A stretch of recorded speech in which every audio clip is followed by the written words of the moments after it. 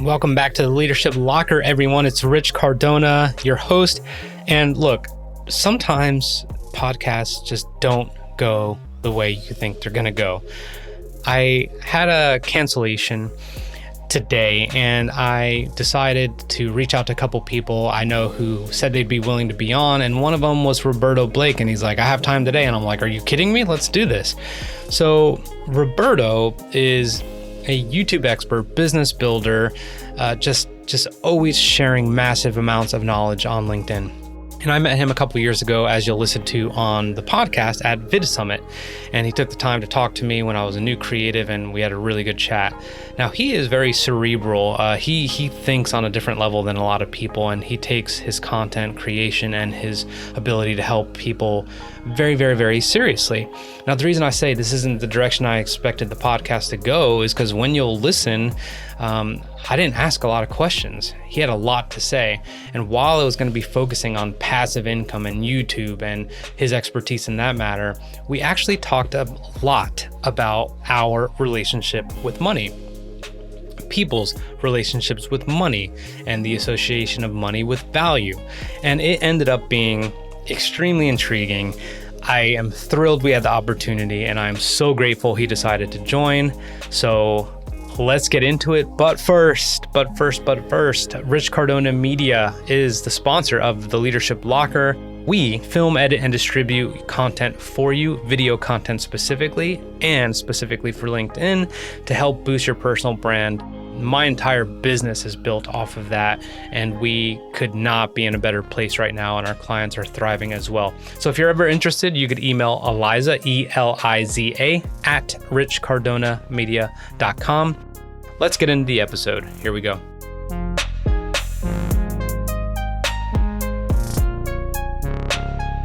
All right, everyone. I'm joined by Roberto Blake. Roberto, I've seen you around for a minute. And I actually ran into you at Vid Summit 2 years ago, and I was like, that's Roberto Blake. And I had my Canon power shot, and I was holding it. My arm was shaking because we were talking for so long. And you're like, my father was a Marine. Once I mentioned I was a Marine. And you probably don't remember this, but no, I think I do. You actually, in Gary Vee's keynote, you asked him something similar to what we were talking about previously. And we were talking about leadership, and you were telling me about some struggles you were going through at the time. Absolutely, man. And it was crazy. I remember. So the funny thing was, I was in the complete infancy. Like, I was like nothing yet. I was like a pea in the womb of entrepreneurship, so to speak. And things have changed so much since then. And I always want to recognize people who were part of that. And you were a big part. And I still follow, and I've met a lot of other people along the way, but I was like, we got to get Roberto on, and it's time to talk. And just to refresh your memory, this podcast, it was probably a different iteration when we met, but this podcast is called Leadership Locker, and it is geared towards transitioning service members and veteran entrepreneurs. In actuality, you'll find that much of the things you'll probably say are going to be applicable to any small business owner or creatives. So that being said, I noticed today, and I want to hit you up right about this today. Sure. You had a Kajabi, I'm not sure what you call it, an award or milestone. Yeah. Tell us about that milestone, and then we'll dig a little bit deeper. So Kajabi is an online platform for business owners, whether you're doing coaching or anything else, e-commerce. And they actually are a really great platform, not only because of their software and technology, and this isn't a sales pitch, it's because they actually support their users and they celebrate their users. So they send out, when you hit different milestones, when you hit your first $1,000 in sales, they send you a badge and they send you a t-shirt. When you hit 10,000, they send you some other stuff. $50,000 in sales, they send you a copper mug. If you're me, you're going to use that for Moscow Mules. And they send you a badge and so on and so forth. So they send you these different milestone badges. And recently, with my online coaching and my digital products like my YouTube starter kit and things like that, we hit about a month or two ago, we hit over $250,000 in sales. And so they sent a badge and a backpack. And I had posted this in a Facebook group for people who use this for their online business. I was like, hey, everyone, this is possible. In the fall of 2017, I moved my coaching business over to Kajabi. I don't even have any products that are like $500 to $1,000 just yet. I have my membership and I have these like $150 products. And we've done so many sales and helped so many people that we hit $250,000 in sales. It's been about 2.5 years. We're going to hit 300,000 in sales by the time we've hit like 3 calendar years. So like, hey, keep going, keep pushing, and realize that small things become big. So, I want to encourage people. Absolutely. And that's the entire premise. Like for me, I'll be 40 in a couple of weeks. I'm like, hey, I retired. I had no idea what I was doing. I went to corporate and I was not feeling it. And here I am. And I've had some like early success, nothing crazy, but it's absolutely possible. And I'm just like, okay, here we go. Yeah. So it's funny how you mention on Kajabi, you're like, I'm not even charging $1,000 courses or anything like that. And one thing I've seen about you in your keynotes and meeting you in person is that you don't seem like you are in a rush. I feel like you are of the belief that slow and steady wins the race. And I want to give you an example. You have a video from a year ago on YouTube where you're like, how I make $7,000 a month in passive income or something like that. And a month ago, you have one that says, how I make $18,000 a month in passive income. Okay, like that is huge to the average person.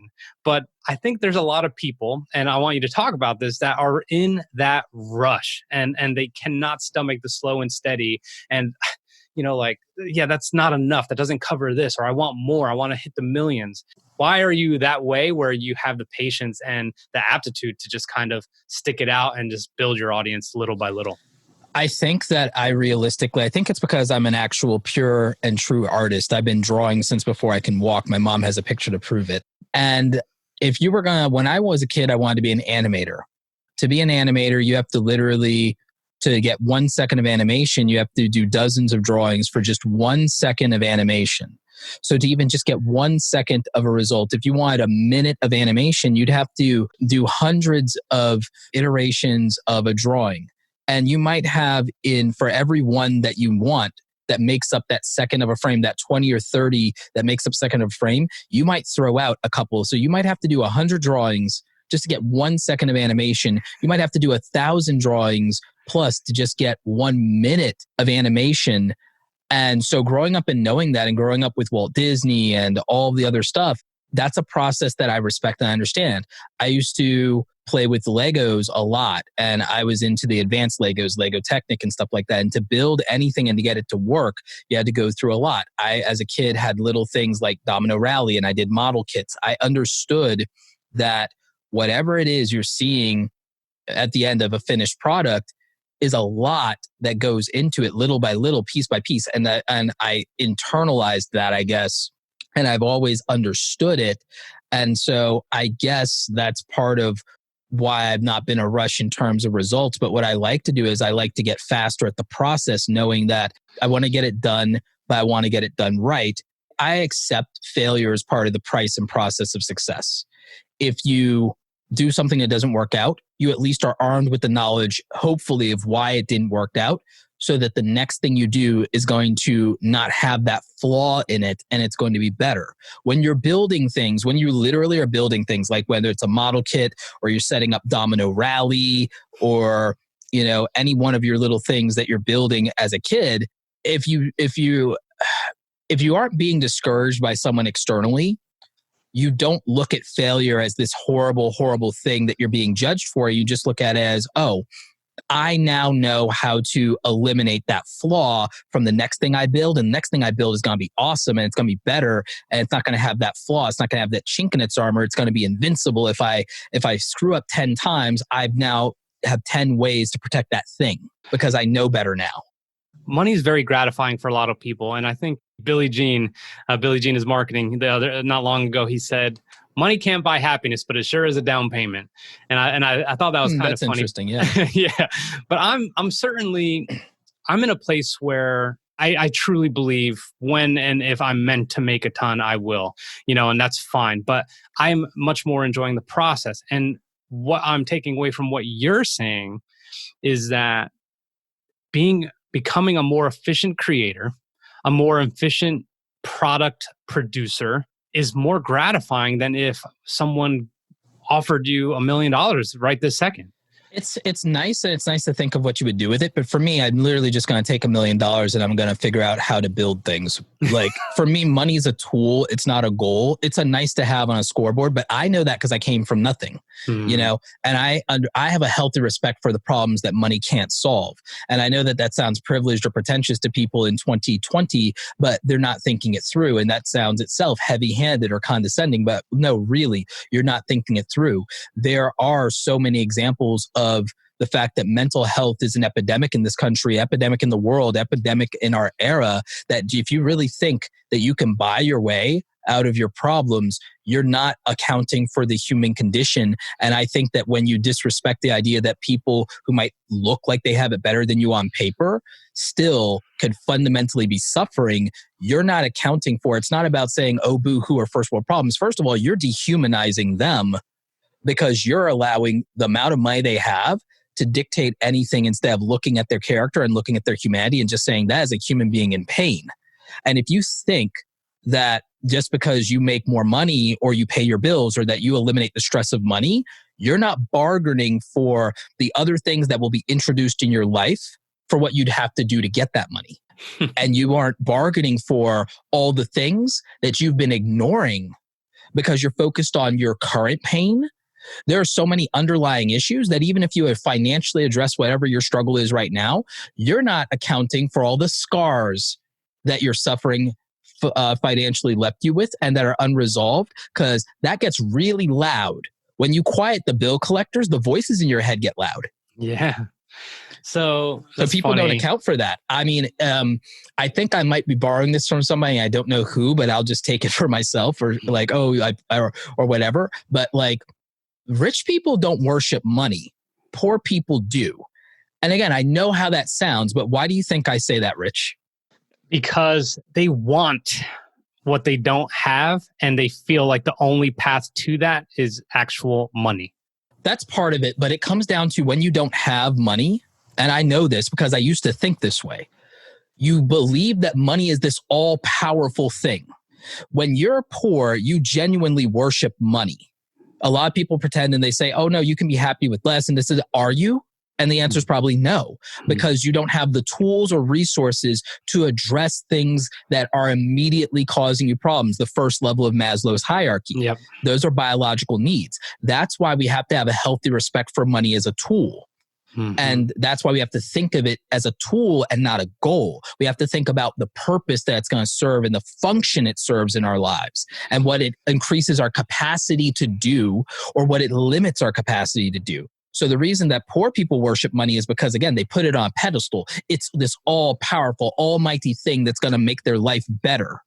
And what people who are either not struggling or might be well off, or even people who are rich and wealthy come to realize is they realize its limitations.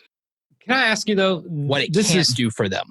Yeah. So this is fascinating. A lot of people always say that I didn't know I was poor. So like, when does that get, you know what I mean? Like you could say that now, but you didn't know it then, which is why you didn't give a shit that you were, just creating all day and playing with Legos and just having fun. But like Tom Bilyeu, I'm in his Impact Theory University, and I got to ask him, do office hours with him the other day. And I was telling him about a problem. I'm like, hey, my job is very high touch, my service, but I don't like to be away from my kids that much and all this other stuff. He goes, okay. And I go, I have some specific financial goals for the business. He goes, would $7 million an hour solve that problem? And I was like, I was so put on the spot. I was almost embarrassed. And I was like, I've never thought of it. He's like, the answer is no. He goes, you're missing clarity. And then he just kind of took it to another level. He goes, here's a spoiler alert. Your kids don't give a shit if you're broke because they don't even know. So when does that shift happen, when you start assigning, the values to something that didn't affect you before? When you realize everything that you've been saying no to. The reason that money hurts, and I know this is because I have what someone might call the curse of memory, and I can actually remember what it was like when my parents had to tell me no when they couldn't afford something. I remember very vividly right now the pain on their face to say the words no, or we don't have it, or you can't have that, or I'm sorry. I remember what that's like. I remember and like, I'm a child of divorce. I helped with my 3 younger siblings. I remember what it meant to my sister that I could actually start showing up for her plays and her dance recitals and her, stuff like that, her performances, that I could actually show up and just be there. Whereas before I couldn't, because it was between that and my 9-to-5 job telling me what I can do and when I can do it and setting the dictates of my time. And so it's about a measure of understanding the control that you don't have. When you look at your groceries and you start realizing what you weren't buying in terms of being healthy and what you were settling for, when you start to look at those things, you realize that. When you start realizing the compromises you were making on your insurance premiums and what you weren't really protected from, and when you said, good enough, when you start to analyze it and say, no, really, this is all I was, set for. Or when you think about the fact that it would have been a struggle if something did happen to pay your deductible. Or when you realize that 60% of Americans don't have $1,000 in savings. And then you really consider the fact that if you just have a rough time or a bad night, and something goes sideways, that your freedom's gone because you can't afford bail and no one can afford bail. Like when you think about that, now that's never happened to me, but it's happened to where I had to be the one that somebody could call, thankfully, and say, oh, wow, I know at least one person that has that and will vouch for me because like, okay, I had a dumb night at the bar, like, or whatever.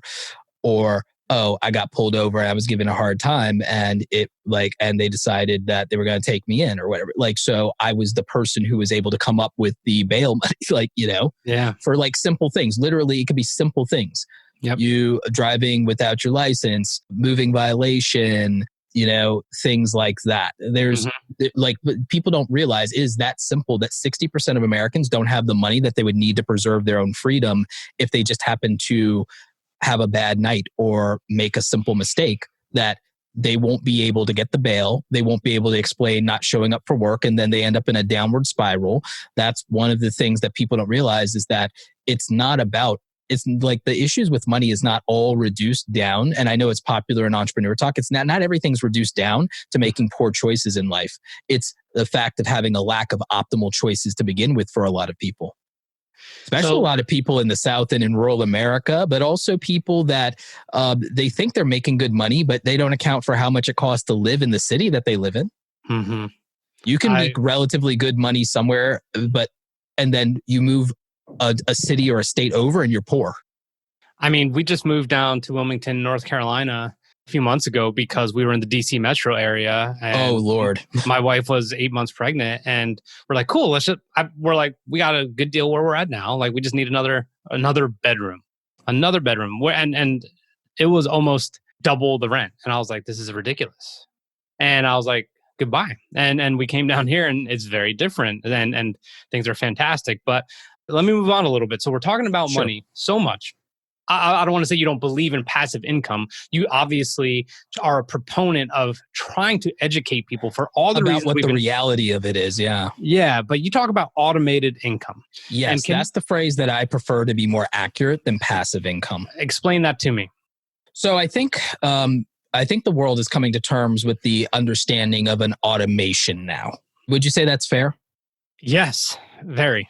And that there are things in our life that systems and machines do without our involvement, and that there are processes and exchanges of value that we ourselves go through where we didn't have to have human customer service or interaction. Absolutely. And the propensity to desire that more is like never before. So here's what I figured out, and this is basically the thing I preach. You know how right now, like a lot of people are like, wow, I wish I could make $15 an hour. But that would put them at $30,000 a year if they, work 50 weeks a year, full-time shifts and everything. And that sounds great until you realize that. Let me ask you this. When you spend money on anything, why are you spending money? Why are you giving money to a person or an institution? Why are you exchanging that money? Value. Mm-hmm. Something that you deem to have value. Mm. You would not pay more for something than you value it. You would not pay for something more than you value it. Can we agree that like money is exchanged for value? Absolutely. So that means that when someone gets a paycheck, what are they being paid for? They're being paid for value. They're being paid for the perceived value of the contribution that they made. The contribution, whether it's labor or not, the contribution. Because remember, our problem right now in a society is that we're equating effort with value, when if someone were to do a task or a job for you, but they did not complete it or do it to satisfaction, will you still pay them for it? If they did not deliver on the promise that was made, are you going to pay them? No, and I know we both work with a lot of 1099s, and the answer is absolutely not. Like, redo this shit. Right. So whatever it is, regardless of the labor, if you went to a restaurant and they didn't get the meal right, or they you gave them multiple opportunities and they said, would you not raise this? I don't think I should have to pay for this, and why should I have to pay this? But labor was done. Yep. So you're not paying for labor. You're paying for value in the form of an experience and in the form of a proper meal. Yeah. Prepared the way you asked them to do it. Yep. For your needs, because if they get it wrong, maybe you have an allergy, maybe your throat closes up, maybe why would you pay for a bad experience? So we make the mistake of making a moral argument about, well, my time, my labor, my this, my that, but it's value. It's value. If it's not done right, or if it's not done well, and again, it's the perceived value of it. And the perceived value is based on a lot of things. So what I'm trying to teach people, whether they're business owners, because solo entrepreneurs, a lot of them work 60, 80 hours, but they only are paid based on the results that they deliver on if they're a business owner. So there's nobody to write them a check for every hour that they work. If you're an employee, you're getting paid an agreed upon hourly wage, but you agreed to that.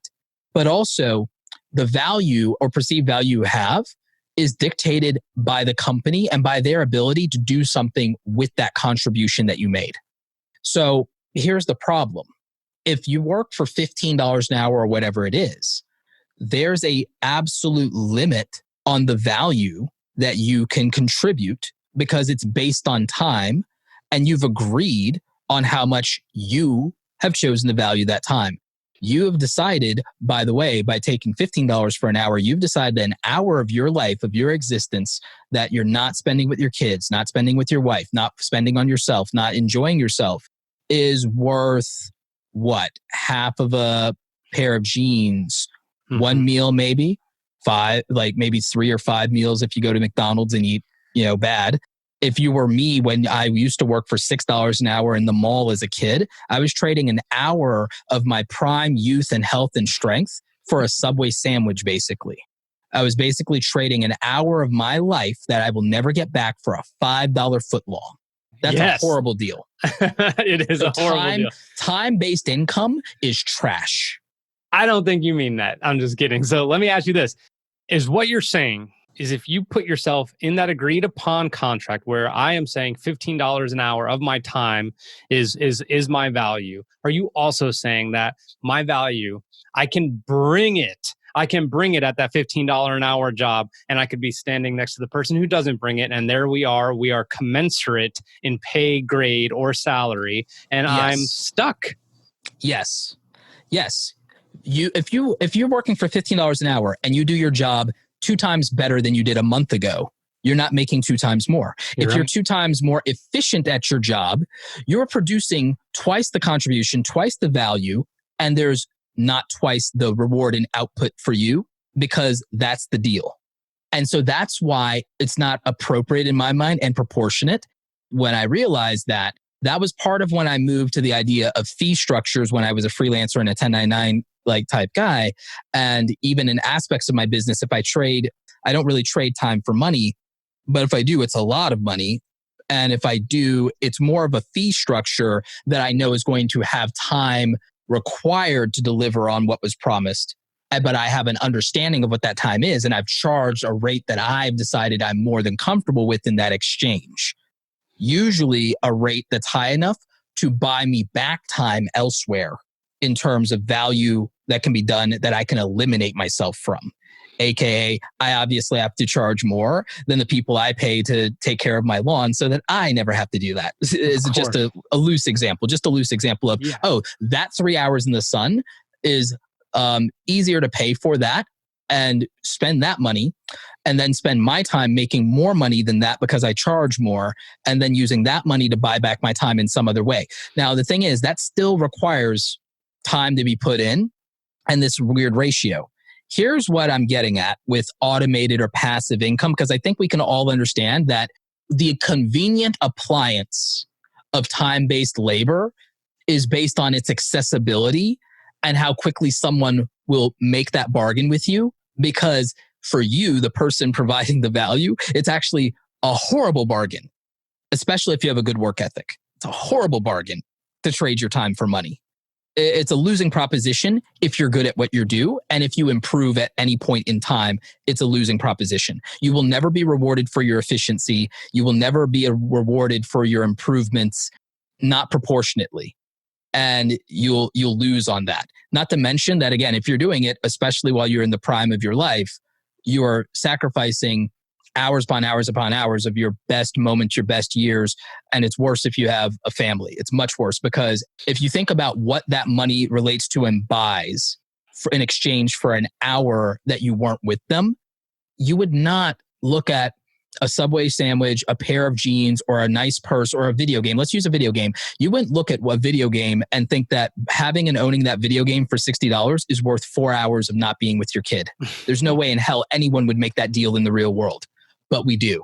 You see what I'm saying? Because we don't understand money, and we're not taught to understand money, and we're not taught this in exchange of value. And we also make the mistake of conflating or interpreting effort as value or labor as value, instead of looking at what was produced and what does it actually do and what does it mean and what is it at the expense of, what is the opportunity cost to us. And so when I realized this more deeply and internalized it, I started looking at how to separate time and money in a realistic way. Because if money is exchanged for value, can I deliver value while extrapolating myself and my time from that process? So the best example of this is what's called like a vending machine. When we go to a vending machine, we put money in and we get the desired value out. And during that time, no one's labor was exchanged, nobody's time was exchanged, and the effort to set it up is minimal by comparison. Okay? So what can we do? And if we think about this, we do it all the time when we use sites like Amazon, when we buy stuff from our favorite people through their Shopify setup. So what can we do, and how can we take our skills, our knowledge, and our experiences, and can we productize that in a way now that is scalable, so that instead of just delivering it to the one person we can put our hands on, or that we can be locked in a room with, or what have you, can we give this to as many people who want it as many times as they want it, on their time, on their terms, at a price that they will agree to? So here's how that plays out. If you trade your time for $15 an hour, for your maximum capacity of healthy work, which would be like eight hours, it's $30,000 a year. But if you were able to build an automation that has $15 in profit, pre-taxes, obviously, 24 hours, that's $131,400 a year, because I can buy from you whenever I want. You can be asleep and I can buy from you. I got the value I wanted for your $15 thing. Maybe it's a hoodie for all I know, whatever it is, or it's a poster, or it's a template, or it's a course, or it's a spreadsheet, whatever the value I wanted is that I was willing to pay for. The thing is, if that can happen 24 times within one day, every single day for 365 days, because you did the upfront work to make sure of that, and you put the systems in place to guarantee that. And if the net profit is $15, the delta in that knowledge and that effort versus showing up and just putting in the work and punching the clock is $100,000 in difference because of the exchange rate of the value. That's the difference between being naive to this, or not believing in it, or thinking it's a get-rich-quick scheme or a scam, and not really understanding that this automation is why businesses and why the Fortune 500 companies are where they are and you're not. Is that there is not a company that you probably buy from that in some way, shape, or form doesn't make money in a 24-hour cycle, whether human beings do anything or not. Like, most of them have figured that out. Sales get made whether a human being is there or not. The internet's a store that never closes. And the thing is, it made it accessible more or less for all of us. All of us have the opportunity to play in this game, and it's there. And I'm not saying it's easy. I'm saying it's simple. When you know that this is true and you realize that you're just not part of it, that you're not getting anything out of it, you start thinking about how can I be a part of it? How can I do what they do? How can I get what they get? How can I be part of that economy? So let me ask you this, and this is not even anecdotal. This is real. I have these great ideas for a hoodie, just like you have on right now. But just like anything else, just like anyone who wants to get into video, just like anyone who wants to start any new venture of any kind that requires a different type of brain power and effort, it's intimidating. But here you are concretely saying you have a choice for 30K or 130K. What is holding people up from looking with that rationale? What is holding people up from saying, I can actually control this thing. I can put my time and energy into a place where value is exchanged at any time, any place, whatever hour, whether I'm sleeping or not. What is the big holdup? The big holdup is the way that they're looking at it and the fact that they are saying that's not for me. They're looking at other people's finish line of that or the middle of their chapter. They're not looking at their humble beginnings, because what you'll find, Rich, is most people say, well, it takes money to make money, but they haven't tested that. They don't know that that is actually the case, because it's like, okay, how much money do you think it takes? Like, for example, how much do you think it takes to start a Shopify store? I think there's Shopify affiliates that you can do it for free. You can start and get the store set up with a trial and make sales at $0. Yeah. So that means as long as you have a concrete plan to where you're going to make that first sale, it's $0. Mm-hmm. Now, when the clock starts, it's $29 a month. $29 a month sounds like a lot of money, and it sounds like another bill. It's $1 a day. So you're on the hook, and you're telling me that you don't think that you can create $1 a day in value. If you can figure out $1 a day in value, even by another side hustle later on top of this, which again, it sounds like a lot.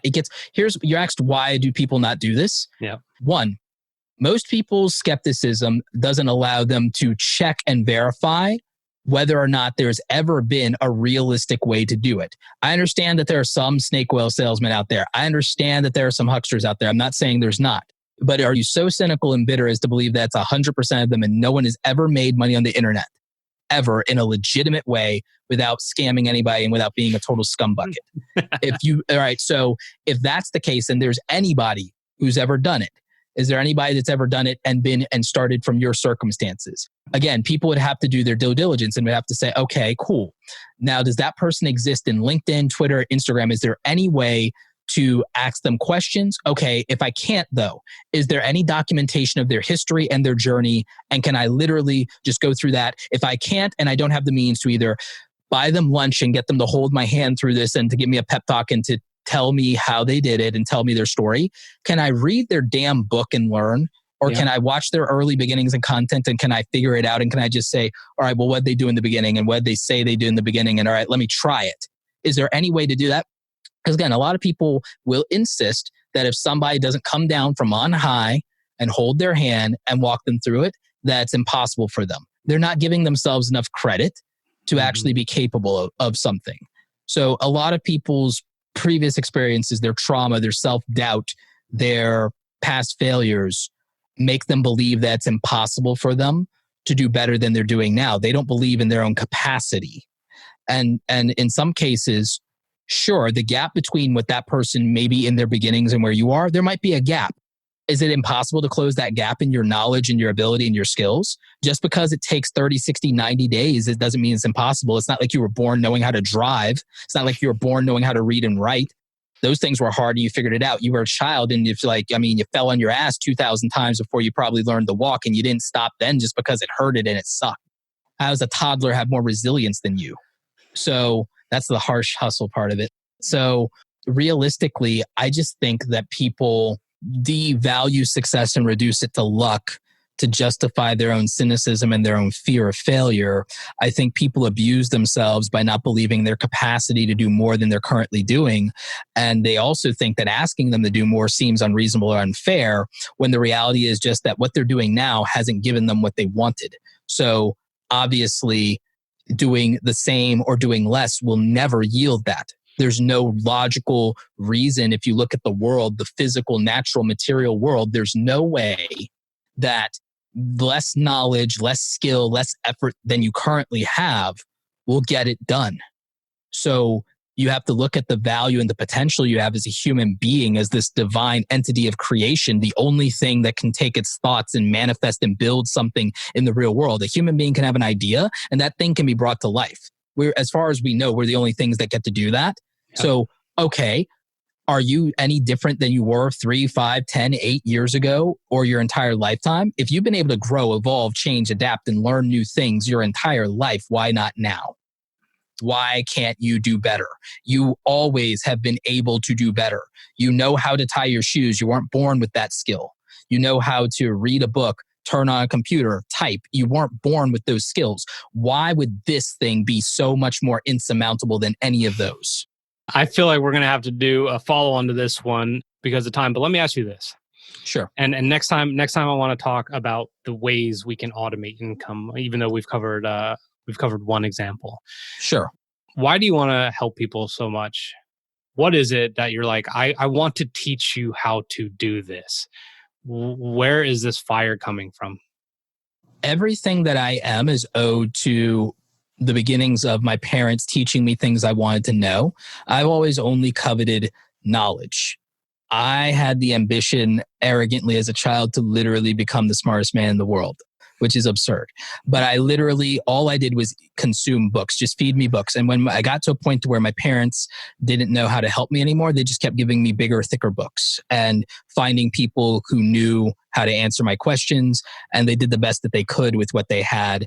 And I've always been grateful for that. I have every skill, everything that I'm interested in is that even if I never had a real mentor, I did have someone who was patient with me for 5, 10, 15, 20 minutes, an hour a day or something to say, here's the thing that I'm passionate about and you're super into it, kid. I'm going to help you out. I'm going to give you that little nugget. I'm going to do that thing for you because, hey, once upon a time, someone also did it for me. Someone also passed on what they had learned to me. That's why I'm here. You are like me. I want to give it to you because you respect it, you value it, you appreciate it, and all the other kids running around, they don't even care. So it's like, I'm going to give it to you. Knowing that and being so grateful for that is powerful and compelling to me. I'm also just really also adamant and curious about seeing how far people can go. Because again, the intellectual curiosity I have, I'm like, all right, so what if I told someone one thing, or if I showed them one thing, or if I gave them 15 minutes of advice, what could their potential and transformation be? And what would happen if I hadn't? I'm so fascinated by that. And it's been so amazing. I'm trying to collect some of the success stories within my community over the next year and everything like that, because I'm curious about how many people are at 6 figures now, because I see these transformations. There's some people I did free YouTube channel reviews for way back in 2016.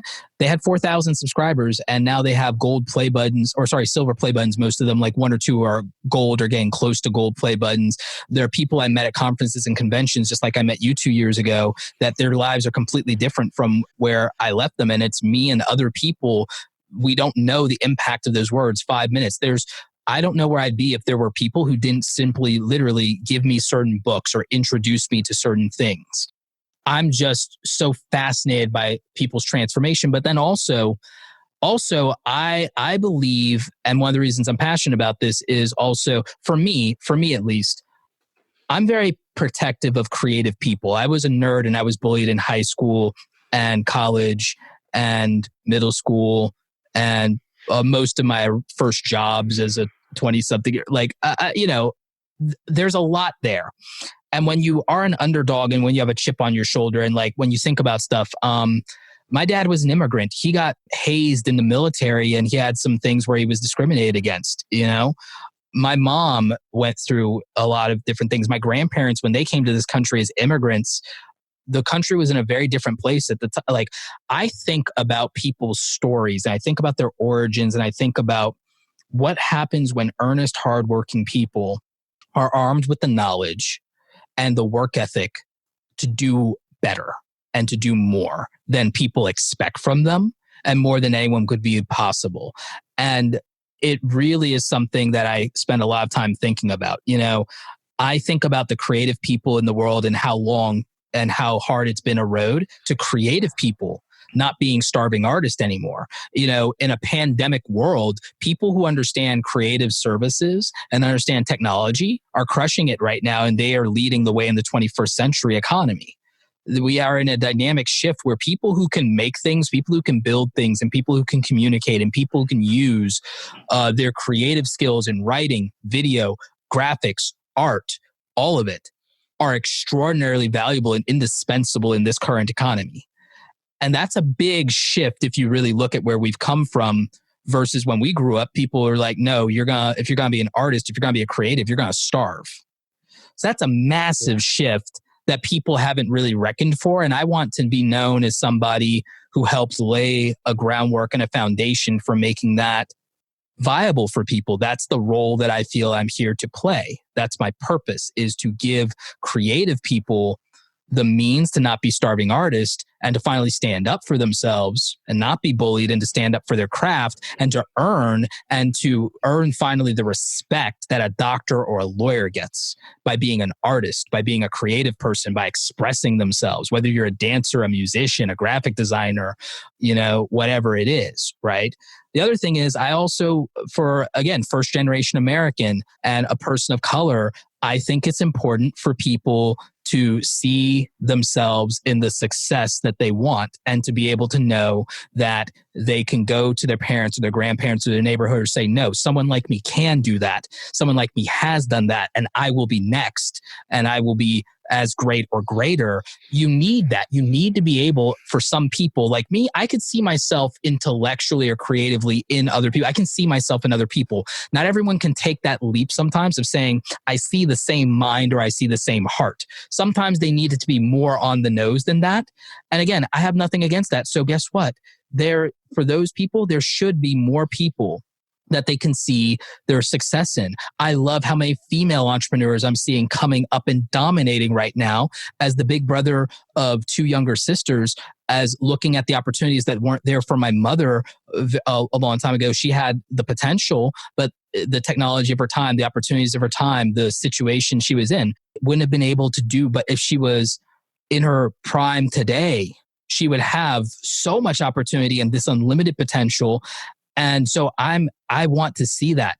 I desperately want and need to see that, because it's somewhat tied to my own story. So, I mean, I don't think it's altruism. I think that it's just that, like, I'm doing the things that will create the world I actually want to live in. Oh man, dude. All right. Well, here's my parting comments for you. Number one. I am not a reader. It's so funny listening to you talk about how you were a kid and that you couldn't read enough books. Like, I am literally the crayon eating Marine that people think about. And I'm like, listening to you, I'm like, man, I need to step up my articulation. Audiobooks and podcasts, my friend. No, I got you, man. But let me tell you something that you may have missed when you were talking about who you protect. I'm living proof that you also protect people who don't even know they're creative yet. Because I'll tell you what, man, I thought I was an operations and a systems guy, and I was rigid and structured, and I had no idea. It's so funny thinking back to that moment when we met, because I was just this nervous, cringy dude. And I'm going to tell you, I was in for the most pleasant surprise when I realized the creative community was extremely embracing. And I was just like, okay, like the Sean Cannells, the Pat Flynn's, and the Shaleens. And I was like, what? Like, they will talk to me after this thing? Like, you know, and obviously Gary and all those kinds of people. It was just crazy. And I was like, I'm home. And I didn't realize that. But anyway, so yeah, man, you also protect people who don't even know yet that that's where they need to be. And then lastly, as a father of two daughters, not a brother of two younger sisters, I understand exactly what you're saying, because whenever my daughter is like, oh, you're making a video, or sees me working on or doing any of that stuff, I'm just like, oh, you just wait. Because if you want in on this, like, it's bet, like, let's do this. And it's exciting because, you know, I mean, I obviously, you know, I served, but dude, some of the best pilots, and I don't mean this as a stereotype, but some of the best pilots obviously were women. Is like, and we never looked at it like that. They were just like a Marine. It was just a Marine. Like I there was no distinguishing. And it was just like, yeah, she's good shit or he's good shit. That's the best compliment you can get. There's ups and downs to that, because it's like, it's great that there's like okay, yeah, you are, and you're one of us and you're equal and it's your value, but it's not sometimes an acknowledgement of how much harder it was or the story or the fact that that's not celebrated enough. True, true. Absolutely. But I love the vision, man. There's not an ounce of me that doesn't feel all the weight of who you actually are behind everything you just said.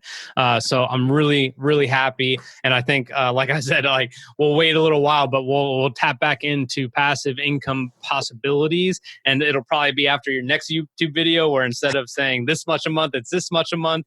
And I'll stay in touch, man, because I think I'm just going to have to pull the trigger on this Shopify thing. And I know I have this really freaking awesome idea. It doesn't always have to be like shirts is just the easy go-to example for people. Sure. But like, I mean, a lot of my friends, they're doing things with, I'll give you an example. Somebody who he didn't think he was a creative either. He's a accountant.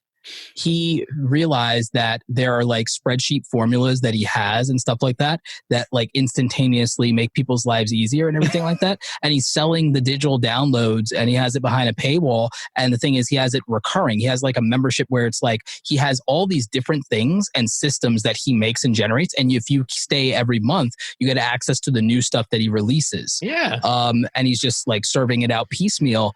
And it's amazing. He didn't think, and then he's also packaging it really well. And he didn't think that, oh, spreadsheets and organization and templates and docs that like literally do it for you. Oh, people will buy this. And it's like, yeah, it's going to save them time and money and frustration. You realize how many hours of their life go into an Excel document and you're just going to make it, oh, plug this in. Like, come on. Of course, value. So that's only, he probably thinks that because 9 out of 10 of us who spend hours on a Google spreadsheet or a sheet and we present it to someone, no one really gives a shit. They're just like, yeah, cool. You're like, I spent all these hours on this. This is beautiful.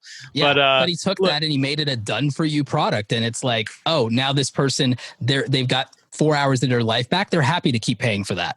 Yes, of course. Of course. Well, hey, man, thank you so much. Short Fuse podcast, and you brought it more than I could have even imagined as I was thinking of questions to ask. But I appreciate you. Last thing, where can people find you? Where can people learn from you? So you guys can hit me up at Roberto Blake in Twitter, Instagram, pretty much all socials. I'm at Roberto Blake. If you want access to my over 1,000 videos of YouTube content, go check out youtube.com/Roberto Blake 2. That is the number 2. And if you ever decide that you want to work with me, you can check out awesomecreatoracademy.com. Thanks so much for having me, Rich. Of course, man. Take care. Did you enjoy that episode? I absolutely freaking did. So if you took anything out of that, if you have opinions, if you have feedback, if the podcast was good, if the podcast was bad, whatever it is, I'd love your feedback, whether that's in the form of an email, rich@richcardonamedia.com, or if you could go rate and review it. That would mean the most to me. That always helps the podcast continue to do well. We had another month of the podcast hitting its highest point, so I could not be more thrilled about that. So we just continue to grow, and I would love your help in doing so. And ratings and reviews really help move the needle on that. And then obviously I'm on LinkedIn. I'm on LinkedIn all the time. So if you want to see my video content and what I'm doing there, please check it out at Rich Cardona. All right. Have a great one. See you next week.